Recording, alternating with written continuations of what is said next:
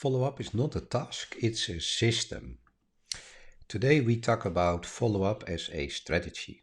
And do you have this on the agenda from your management meetings or sales and marketing meetings? I'm curious to know.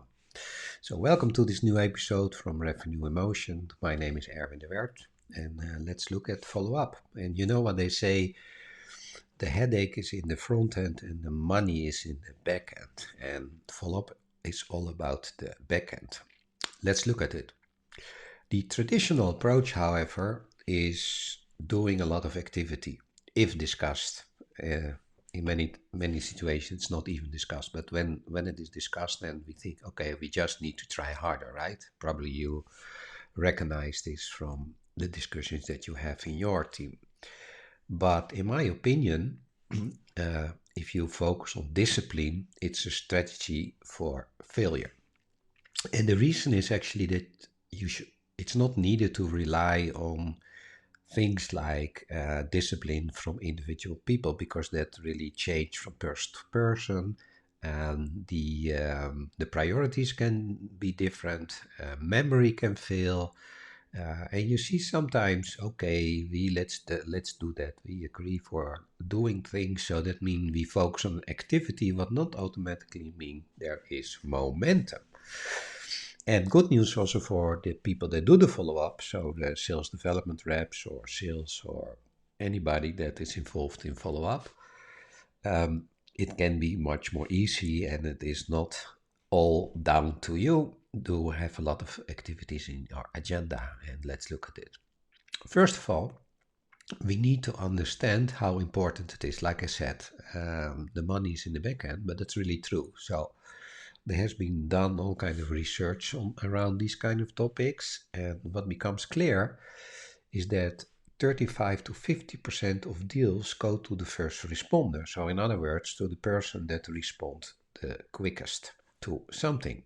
So to be first can be very important, and even more detailed, that it is said that you have 7 times more qualification success if you contact somebody within an hour after a certain important activity what they did. So that means important is to take action and to take action in time. So if we look at the revenue flow in total, then you will see that there are all kind of leakages along the way. So we discussed this also in previous episodes, and of course this come back like a theme throughout these different episodes. Like as an example, slow responses, you lose money. Missed follow-up, you lose money. Disjointed processes, you lose money. Lost responses, you lose money. And that also means that a broken follow-up system or a broken chain of activities, it's not just a nuance. It's not just something like nice to have. No, it's really have an impact on your profit and loss. So it has a huge financial impact. That's why they say the money is in the back end.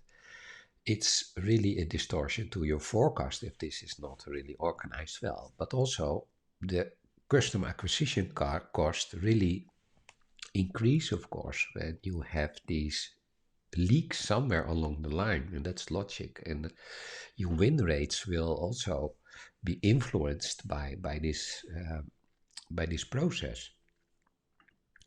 So then if we see the process from inquiry to qualification, and we want to come to proposal and opportunity, and so if there is a blockage along the way, that normally there are three things important to consider, and also this give us a direction where to fix this, how to fix this. And the first is that there is no clear next stage trigger. So to transfer somebody from one stage to the other, what is actually the trigger? And we will see a couple of these triggers, I think, in the next slide. And the next thing is the timing. So we just discussed about timing. So it's not only the trigger, but also timing. And trigger means that something makes you do something for the next stage. Yeah. And the other thing is, if nothing happened, what kind of fallback scenario is there? So we have these three things: trigger, timing, fallback scenario. And when we put this in place, actually it's quite a simple strategy, then the impact is huge that we can see on in our results. Okay, so we really want to shift from a reactive task-based approach to a system-based approach. And that's good news for all the people involved in this. Because you don't have to think, oh, I have to call this, I have to do this, I have to do that. No, you will get help. You will see this in a moment. Because this is all, if you do it by manual things, you have many things on your head, everybody's busy. So there's also a lot of individual dependency. It will be inconsistent because of this. And it also is difficult for management and leadership because things is invisible. You don't want to ask your team all the time, oh, did you call this person? Did you do that? Did you do that? And then on top of that, that they must register everything in the CRM. That's even worse, right? So that means you put a lot of administration tasks on your team just to get an idea about how the process flows. No, that is of course not the way you like to work. Much better is to think about a system-based approach, create a system. So that means not rely on the intent from people, but just create a system with an architecture. And then it's designed, you can automate a lot of things. It becomes predictable because you engineer the whole system. So how does it look like? So that means actually we need to set up triggers. Triggers when something need to happen. Yeah, and I will give you a couple of examples of these triggers. So triggers what needs to happen when. And then, of course, in what time frame we then want this to happen. Huh? That's the next thing. And important is ownership. So who is responsible for the action? And that sounds obvious, but it's not. Because I give you an example. If sales did the job, they closed the deal, so we celebrate, we have a new client, then their job is done. So then it's time for the customer service team, onboarding, delivery, right? These kind of things. But how quickly all these things happen, who is responsible for that gap between we have the contract signed, end of the sales process, beginning of delivery or services, etc. So who take responsibility for that is very important. And also ownership to do this in the correct way. Because it's already proven that if you have a good onboarding process, your retention will be much, much better. So we come to that a little bit later, I think, in this presentation as well. And then, okay, we have a trigger, we have a time frame, we have an ownership, but then nothing happened. So we need protection. And I will give you a couple of protection examples, but we need to know what's going on and we need to be sure that the flow is not broken and continue. And this we can achieve also by just measure things and make things visible, then we can see things. So a predictable engine really requires these 5 components to work all together. Let's first look at the triggers. So the triggers, for instance, can be, we do a demonstration, right? And after the demonstration, then we've done this, all things went well, we like to send a proposal. Because, yeah, we do a demonstration with a reason, of course, and we like to send this proposal. The trigger should then be, okay, first of all, we send the proposal after the demonstration, and then we do this within, as an example, 4 hours. And that means we can easily do that because you can prepare the presentation, I mean the proposal already before you do the presentation, so you have it. So actually you can set it in 1 hour. And that's very important because I know examples that in big projects with requests for proposals and a lot of documents and so on and so forth, it was very important how quickly the follow-up come after a demonstration with the next set of information and so on, because that there you really impress your client. They then see that you know what you are talking about and that you have all your things organized and that you are up to speed.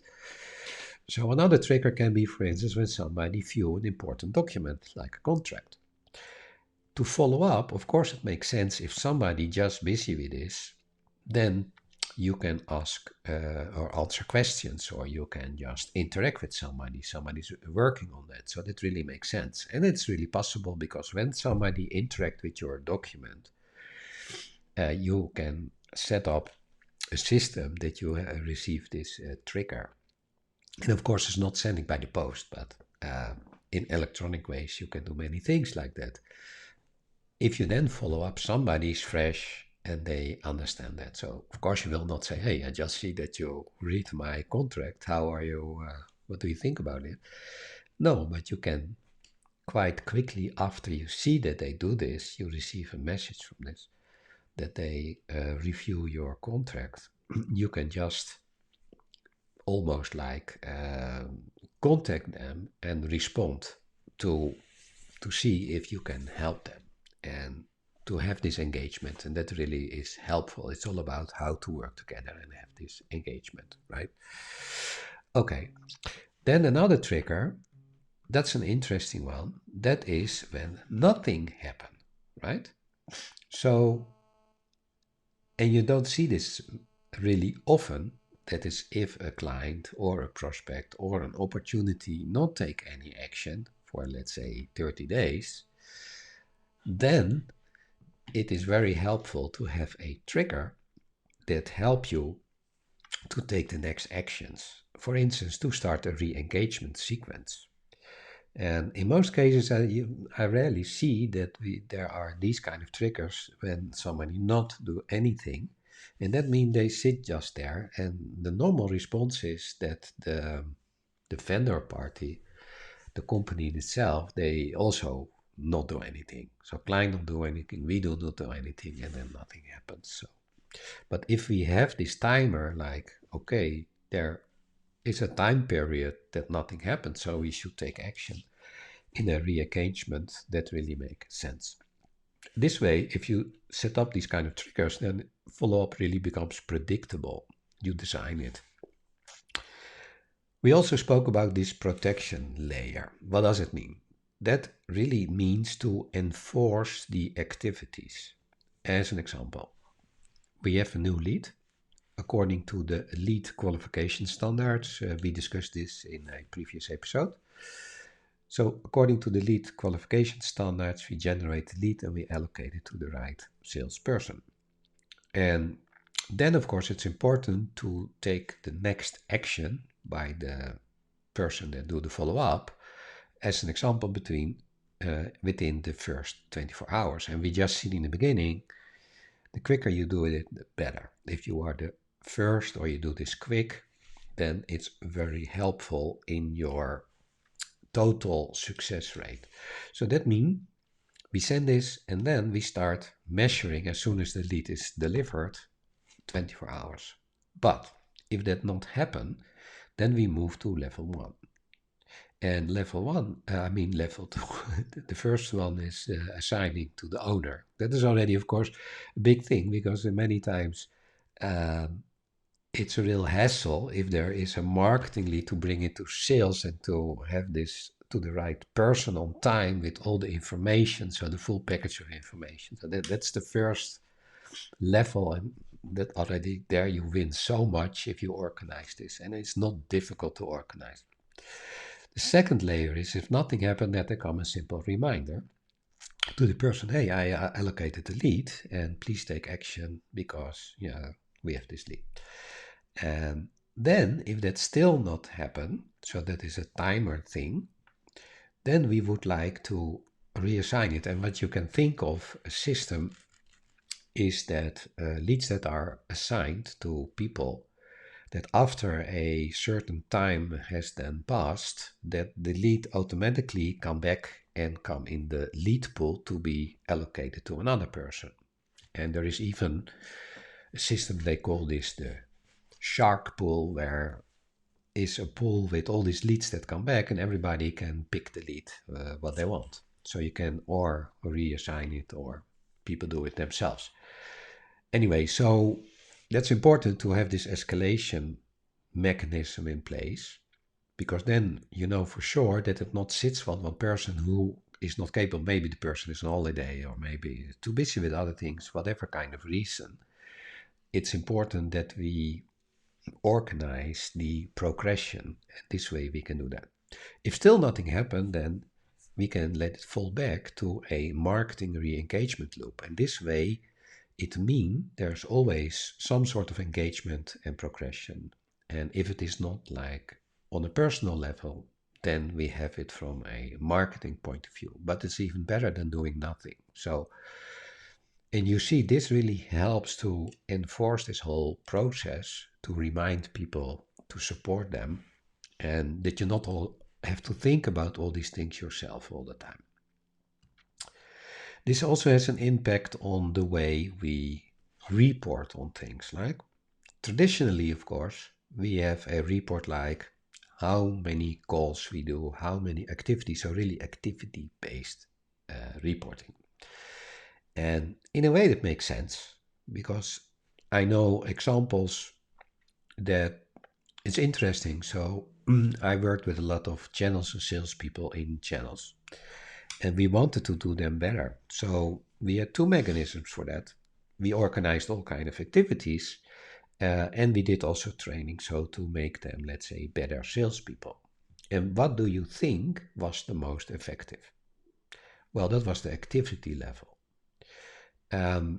So that means it was not the salesperson that was the best salesperson, but it was the person with the most activities. And activities, I mean follow-up activities. So after they received a lead, that did they really make work from this by calling, visiting, emailing, and all kind of things? That really is a follow-up activity. So the follow-up activity make the difference in the success rate. So we started supporting these people and also helping them doing so, because that was much more effective than try to make better salespeople. And so, and that was a good system to do. So, but then you must also, of course, what I say, activity in the right direction. So we know velocity, that means speed in the correct direction. You can start measuring then about this progress. And that means that you, instead of how many activities, you start thinking about the speed to lead. So that means how much time do we spend from one stage to the other? And I have another story for that because I worked for a software SaaS company and they offered this 30-day trial period. And then we were just asking ourselves, so what people do, what is the behavior of people with this trial? So they take this trial, that's of course a free trial, and after 1 month, they, in this case, they could choose themselves if they continue yes or no. So they must take action, actually to buy the product and then start using it. And of course, we want to know what were the triggers for this. And what do you think when we started analyzing this? We found that 93% or so from everybody, they already decided to confirm to become a client in the first day of the trial period. So that means they already knew that they wanted the product. They just take this free first month, the trial, but not to trial, but they just consider it as a first free month. They already know that they wanted the product. So it's not a trial at all. So that means also the onboarding, we then adjusted completely to that behavior. And that makes total sense and that makes a lot of difference. And you can also see people that did not in the first day confirm, not so many, they also then fall off anyway. So we did not focus on that. So it's very important to see how quickly things happen and then you can adjust your strategy on that. So that's also interesting in this, then see where do we see stagnation? Is it in the discovery phase? Is it with the demo, after the demo? Is it on a proposal? Is it on the closing? So where do we see that deals stall? And then we can take action. For instance, if we see that, okay, we have deals in the proposal stage and they don't move, why they don't move? what can we do to make the next step? So it's not so much the question. Of course, success is nice that you say, okay, we close so many deals, but even more interesting is then how many did stall and why. So to measure that. And yeah, we all know the traditional process. We send out a proposal and then we wait because client maybe told us that they have to talk to the team, they have to review it, and they will come back to you. So, okay, 10 days of silence. Then, okay, we think, okay, we don't want to disturb them too much. Let's wait. And then after these 10 days, we check in. Yeah, I call you just a check-in. Well, lost momentum in many ways. So if we have a full forced system, that means that we, along the way, for instance, we have an automatic system that after 48 hours, we do already the first follow-up. And that's not like, okay, I just ask you something. No, that's a valuable follow-up. And then another one, 72 hours, an escalation alert. And then another one after 5 days. We start this reactivation sequence. So we have this whole system in place to make sure that there is progress all the way. And now an interesting one, and that's retention. Retention, of course, is extremely important because we now know that acquisition, that is where we make the cost. And the customer acquisition cost, it's a big thing. So that means to make profits and to be profitable as a company, we need retention. We need to keep client as long as possible. The longer the lifetime value is, the more profitable we will be as a company. So that's an interesting one if you then think about follow-up. Many people don't see this as a follow-up strategy, but it is. So examples like we do, first of all, it's important, the onboarding process. There has been research also, and now a lot of SaaS companies understand that the onboarding has a direct relationship with the lifetime value of a client. So if you do onboarding well, then your lifetime value is better than if you do not do onboarding well or you don't do onboarding. So that's an important factor. This follow-up is extremely important for your profitability. Just this, by implementing a good structured onboarding process that will drastically improve your profitability. But not only that, then we have the next thing, and that is, as an example, cross-selling. That means selling additional services or products to your clients. And many companies, they just don't have cross-selling campaigns in place. And you can also set this up and automate this, and then you can do this cross-selling. Why they don't have this? Well, one of the reasons is they do not have the data. They don't know exactly, well, at least the marketing team, sales team, they do not have the information on hand. What are the exact products and services that clients have? And of course, the company have this information because they send their invoices to the client, and on the invoices is all the information about the products and services bought by the client. They have this, but that's sit in many times in other system. So you have a CRM, and then it's not available in the CRM system. This sits in a finance system, or it can be even in different formats. It can be in invoices. So it's not like structured for sales and marketing. If you organize it the correct way and you then make this available for the marketing and the sales department, this should happen. And the source can come from finance systems. Normally, that's where I start, from the finance part, and then work around this to make this available for marketing and sales. Then you can start these cross-selling campaigns. That's also follow-up, because that's the logic next step to solve the next problem of your client after the product that they already have. So, and not even only this, it's also the renewals. So then to organize renewals, also follow-up process, to do this in a consistent, good way.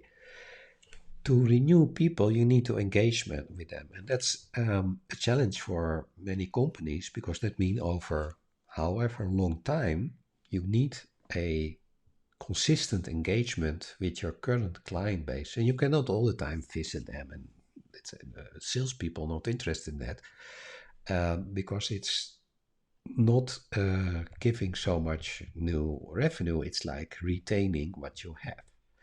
So then, of course, we can work with account management that is responsible. These are responsible for keeping the clients, but still, personal interaction is always limited. So we need also a combination of people and systems to do so.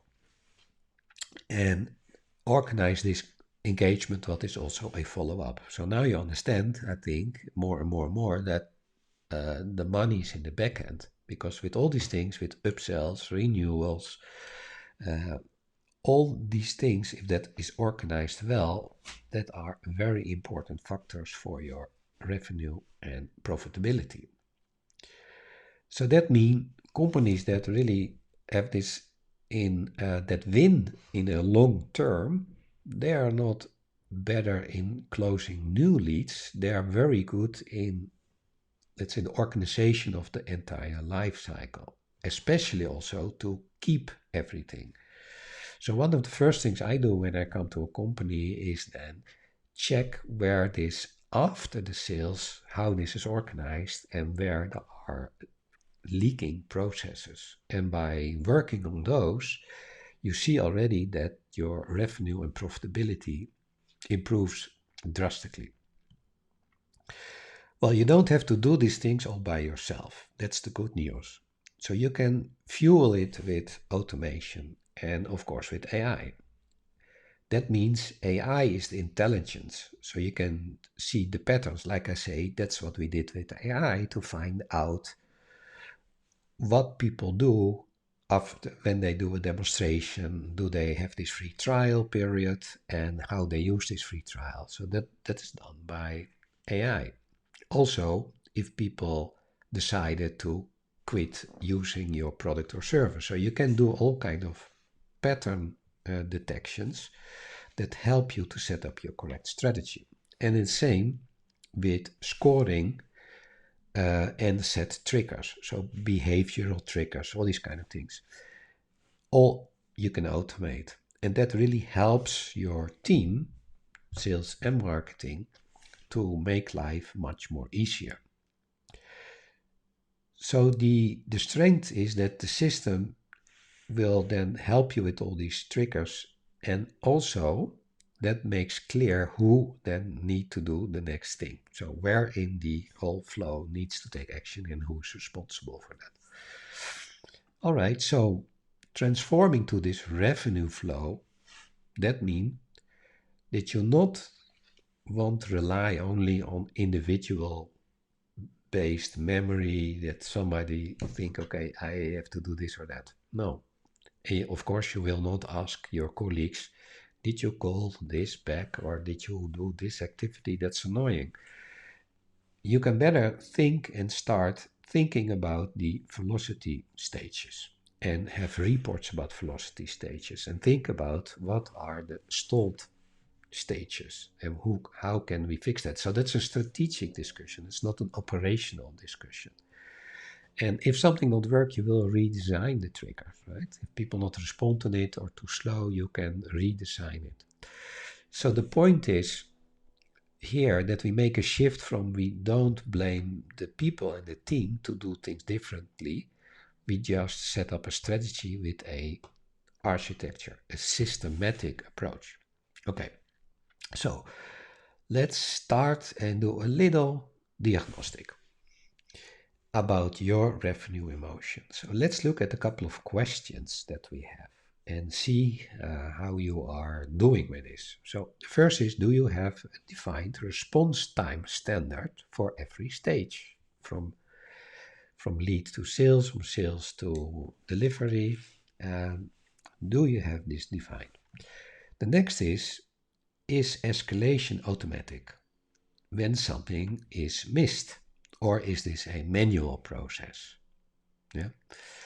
And do you measure stage velocity?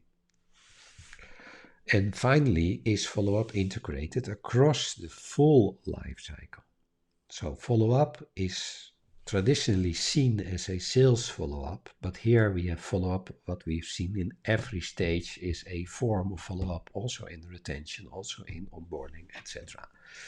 So if you have no in one or more of these questions, then you likely focus a lot on activity and not on flow. And it makes sense to start considering flow. So design the flow, and then you will stabilize, and also your revenue will become more predictable. And before generating more leads, you really would like to fix this system and do this first before you invest, because more leads that means an investment. By fixing the system, it's not an investment. That means you have better results for the same resources, same investment. And only after fixing this, you can think about investing in more on the top of the funnel by lead generation. If you like help finding out where the gaps are in your follow-up system, then I will invite you for a follow-up system audit to identify the blockers in your system. You can register for this with the link below this video. And then you can quickly find out where are your blockers and what you can do about it. So go there, click the link, and then find out how to solve your blockers in your follow-up system and start optimizing for revenue flow. Thank you so much for watching this episode, and I see you in the next one.